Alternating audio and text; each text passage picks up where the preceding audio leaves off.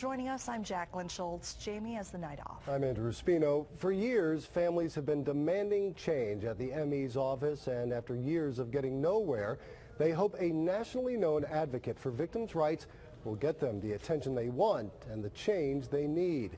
Their stories of pain and grief is first on Fox tonight.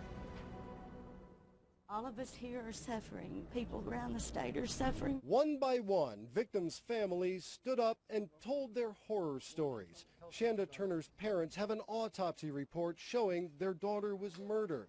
The ME's office ruled it a suicide. What people need to realize is that this could happen to their kids, their family, their loved ones. It's not only us, it can happen to anybody. Leona Eli's husband was a gunsmith repairing the safety on a pistol when it accidentally fired. Truman Eli died. Again, the ME's office ruled it a suicide. When these death certificates are wrong and you can't get them corrected and they won't look at the evidence, then it affects you deeply. It affects every aspect of your life. Joy Bolton's son, Jeremy Lamb, died in October 2009. His body sat at the ME's office for 7 months before they could bury him. What happened at the funeral? You could smell him so bad. This is my granddaughter, and we could smell him so bad. It was horrible. They said the refrigerators had stopped working and that they were trying to do the best that they could do. So he wasn't kept at all.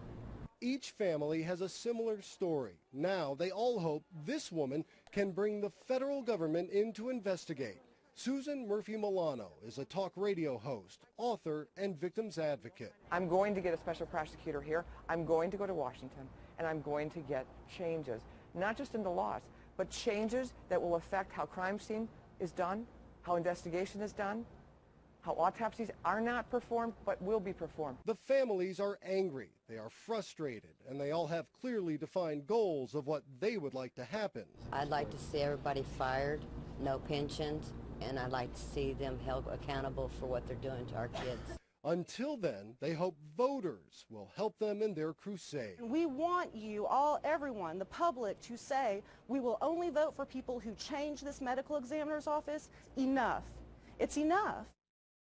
Well, no one from the medical examiner's office could speak to us on camera today, but their spokeswoman, Cherokee Ballard, sent us this statement. The Office of the Chief Medical Examiner takes all family concerns seriously, and we will gladly look at any new evidence that is given to us. You can read more about these victims' stories. We've linked their website through ours. Go to okcfox.com/links.